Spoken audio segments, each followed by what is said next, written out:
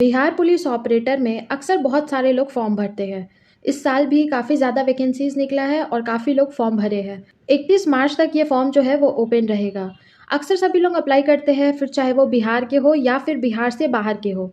लेकिन कौन से समय पे क्या चीज़ पढ़ना चाहिए, क्या चीज़ नहीं पढ़ना चाहिए, कौन सा सब्जेक्ट पे ज़्यादा ध्यान देना चाहिए और कौन सा सब्जेक्ट पे बिल्कुल ध्यान नहीं देना चाहिए, लाइक ओके निकल सकता है, एवरेज जो सब्जेक्ट होता है, ये सारी चीज़ों के बारे में अक्सर लोगों को पता नहीं है। तो आज हम लोग इसी टॉपिक के बारे में बात करेंगे, तो ज़रूर से वीडियो को एंड तक देखिएगा। अगर जो आप चैनल पर नए हो तो वीडियो को लाइक करके चैनल को सब्सक्राइब करना मत भूलिएगा। यहाँ पर आपको जितना भी सब्जेक्ट्स देखने को मिल रहा है वो सारा सब्जेक्ट का एग्जाम होता है, ठीक है। फिर चाहे आप किसी भी गवर्नमेंट जॉब का एग्जाम का प्रिपरेशन कर रहे हो, अक्सर आप यही सारा सब्जेक्ट्स देखेंगे, ठीक है। अब हम लोग समझते हैं कि कौन सा ऐसा फॉर्मूला को फॉलो करना होता है जिसके अकॉर्डिंग हम लोग सारे एग्जाम्स को अक्सर क्रैक कर सके, जो सारे लोगों को नहीं पता होता है। देखिए, जितना भी सब्जेक्ट्स होता है वो सब कुछ तो सेम ही होता है। डिफरेंट होता है तो सिर्फ उसमें आने वाला टॉपिक, ठीक है। जितना भी टॉपिक रहता है वो डिफरेंट होता है। लेकिन अगर सब्जेक्ट्स को अगर आप अच्छे से समझ लेंगे तो आपको ये रियलाइज़ होगा कि जो भी हम लोग पढ़ते हैं वो बहुत ज़्यादा नहीं, मैक्सिमम टू मैक्सिमम 12 तक का ही अंदर का हम लोग पढ़ते हैं। जस्ट बिकॉज हम लोग उसी चीज़ों का अप्लाई करते हैं तो 12 से आगे तो कोई चीज़ नहीं आएगा। तो अब देखिए यहाँ पे जैसे कि लिखा हुआ है कि इसमें बिहार पुलिस ऑपरेटर का प्रिपरेशन करने में आपका सब्जेक्ट के तौर पे कौन कौन सा सब्जेक्ट रहेगा। पहले होगा आपका सामान्य ज्ञान यानी कि जनरल नॉलेज। सेकंड में आपका लिखा हुआ है साइंस। उसके बाद हिंदी व्याकरण, कंप्यूटर ज्ञान और मैथ्स, यानी कि आपको कंप्यूटर का बेसिक नॉलेज होना चाहिए। बेसिक मीन्स ओके, आपको कंप्यूटर अच्छे से चलाना आना चाहिए। अगर कोई आपको कंप्यूटर पे काम दे कि लाइक आप ये डेटा को अपने कंप्यूटर में जो है आप पूरे अच्छे से इसको कॉपी करो, तो आपको ये चीज़ आना चाहिए। डेटा एंट्री का काम आना चाहिए, जो भी है एमएस वर्ड जितना भी होता है कंप्यूटर में बेसिक काम आपको वो आना चाहिए, ठीक है। कंप्यूटर नॉलेज का मतलब ये होता है। तो लाइक आप देख सकते हैं यहाँ पे जैसे कि लिखा हुआ है कि सामान्य ज्ञान, ठीक है। सामान्य ज्ञान मतलब जनरल नॉलेज। अब इसमें आपको क्या क्या टॉपिक्स को कवर करना होगा, क्या क्या टॉपिक्स को आपको इंपॉर्टेंटली एकदम ध्यान से पढ़ना होगा। जितना भी समय बाकी है, इतना समय में किस टॉपिक पे आपको सबसे ज़्यादा ध्यान देने का ज़रूरत है, ये अभी हम लोग यहाँ पे समझेंगे। तो जैसे कि यहाँ पे लिखा हुआ है कि बिहार का इतिहास, भूगोल, समसामयिक मामले, करंट अफेयर्स और भारत का संविधान, ठीक है। ज़्यादातर क्वेश्चन यही सब टॉपिक्स पे आता है। ये सब आपको जितना भी टॉपिक देखने को मिल रहा है ज़्यादातर क्वेश्चन इसी सब टॉपिक से आएगा। तो आप इसी सब टॉपिक को ज़्यादा से ज़्यादा स्ट्रॉन्ग कीजिए। Mainly current affairs. Current affairs means ये कि जैसे कि हर दिन का न्यूज़पेपर, हर दिन का न्यूज़ देखिए टीवी पे या मोबाइल पे, जो भी है आपका न्यूज़ से रिलेटेड सारा कुछ आपको पता होना चाहिए। लाइक आप एकदम, अगर कोई आपसे क्वेश्चन करे तो आपको तुरंत फ्रिक्वेंटली में एकदम आपको आंसर करना है न्यूज़ से रिलेटेड, ठीक है। तो न्यूज़ हुआ, न्यूज़पेपर हुआ, ये सब चीज़ों को आप अगर अच्छे से कवर करते हैं तो इन शॉर्ट आपका करंट अफेयर्स अच्छे से कवर होता है। करंट अफेयर्स मीन्स ये होता है कि अभी के समय में, अभी रिसेंट में कहाँ पे क्या हुआ, ये चीज़ आपको पता होना चाहिए। ये हुआ करंट अफेयर्स, ठीक है। ये आपको कवर करना है सबसे मेन। इसके अलावा फिर आपका आता है बिहार का इतिहास। बिहार का इतिहास क्या होगा, इससे रिलेटेड अगर क्वेश्चन आएगा तो उसको आपको कवर करना है। भूगोल, भूगोल मीन्स ज्योग्राफी, ज्योग्राफी से रिलेटेड जितना भी क्वेश्चन आएगा वो सारी चीज़ों को आपको कवर करना है। और भारत का संविधान, इससे क्वेश्चन तो आएगा ही आएगा, ये तो 110% श्योर है।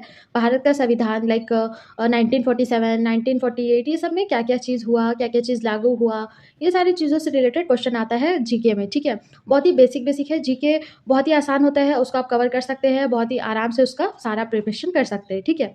सेकंड में देखिए, सेकंड में है साइंस। साइंस में आपको एनसीईआरटी अच्छे से पढ़ना है 12 तक का। साइंस में अगर आपको वाकई में कोई भी गवर्नमेंट जॉब को क्रैक करना है तो सबसे मेन चीज़ होता है वो होता है एनसीईआरटी।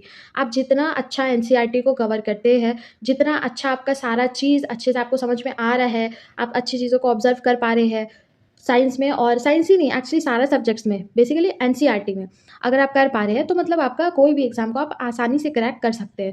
क्योंकि ज़्यादातर क्वेश्चन एनसीईआरटी के अंदर से ही आता है, उससे बाहर का क्वेश्चन नहीं आएगा, ठीक है।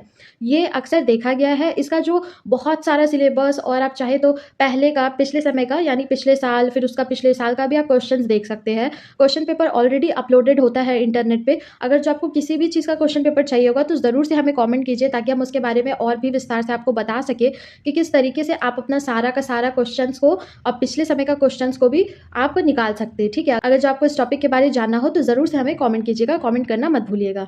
And the most important thing, आपको हमारे चैनल पे हर दिन ऐसे ही अपडेट्स देखने को मिलती है, जिससे आपका काफ़ी ज़्यादा बेनिफिट हो सकता है। आपको किसी भी चीज़ का गवर्नमेंट इन्फॉर्मेशन से रिलेटेड किसी भी अदर चैनल पर जाने का ज़रूरत नहीं पड़ेगा, आपको यहीं पे सब कुछ मिल जाएगा, ठीक है। तो ज़रूर से हमारे चैनल को सब्सक्राइब करना मत भूलिएगा। तो यहाँ पे जो लिखा हुआ है उसके अकॉर्डिंग अगर आपको कोई भी ऐसा एग्जाम को क्रैक करना है गवर्नमेंट जॉब से रिलेटेड, एनसीईआरटी तक को पूरा कंप्लीट करना है, ठीक है। जैसे कि अगर आपको साइंस अगर पढ़ना है तो आप 12 तक का पूरा अच्छे से एनसीईआरटी को कंप्लीट कर लीजिए, आपका बिहार पुलिस ऑपरेटर का अच्छा खासा तैयारी हो जाएगा, ठीक है, डोंट वरी। थर्ड में देखिए यहाँ पे लिखा हुआ है हिंदी व्याकरण। हिंदी व्याकरण में आपको संधि, समास, पर्यायवाची, विलोम शब्द, मुहावरे और वाक्य सुधार, यही सारा चीज़ आपको हिंदी में पढ़ना होगा, जो कि हम लोग व्याकरण से रिलेटेड अभी हम लोग जान रहे हैं। तो यहाँ पे यही सब लिखा हुआ है कि आपको संधि, समास, पर्यायवाची, विलोम शब्द और मुहावरे और वाक्य सुधार, ये सब चीज़ आपको करना होगा, ठीक है। हिंदी तो काफ़ी लोगों से हो भी जाता है, ये तो बहुत ही बेसिक सा चीज़ है, हर किसी से हो सकता है। अब देखिए यहाँ पे लिखा हुआ है कंप्यूटर। कंप्यूटर का ज्ञान, जैसे कि कंप्यूटर के बुनियादी सिद्धांत, एमएस ऑफिस और इंटरनेट, ये सारी चीज़ों से रिलेटेड आपको सारा जानकारी होना चाहिए। हम जैसे कि आपको बताएं स्टार्टिंग में ही कि अगर जो आपको कोई भी कंप्यूटर पे काम देता है कि लाइक तुम ये डेटा को अपने पूरे कंप्यूटर में अच्छे से पूरा कॉपी करो, कॉपी पेस्ट करो, ऑपरेट करो, पूरे डेटा को अपने कंप्यूटर में शिफ्ट करो, ये सारा बेसिक काम अगर आपको आता है देन आप ओके है, इसके लिए आपको सेलेक्ट हो सकते हैं, ठीक है। कंप्यूटर का नॉलेज होना काफ़ी ज़्यादा अच्छा है। अगर आपको कंप्यूटर का नॉलेज नहीं होगा, आजकल तो हर चीज़ों में कंप्यूटर है, फिर चाहे वो गवर्नमेंट जॉब हो या प्राइवेट जॉब हो, इसीलिए कंप्यूटर का नॉलेज हर चीज़ों पे मांगता है। सारा काम एक्सेल पे ही होता है, ठीक है। जैसे कि डेटा एंट्री का जो काम होता है ना, वो एक्सेल पे होता है। तो अगर जो आप उसको भी अच्छे से कर सकते हैं तो फिर मतलब सब कुछ डन है, आपका जॉब भी लग सकता है, ठीक है। क्योंकि उसके साथ-साथ हम आपको बता देते हैं ऐसा क्यों?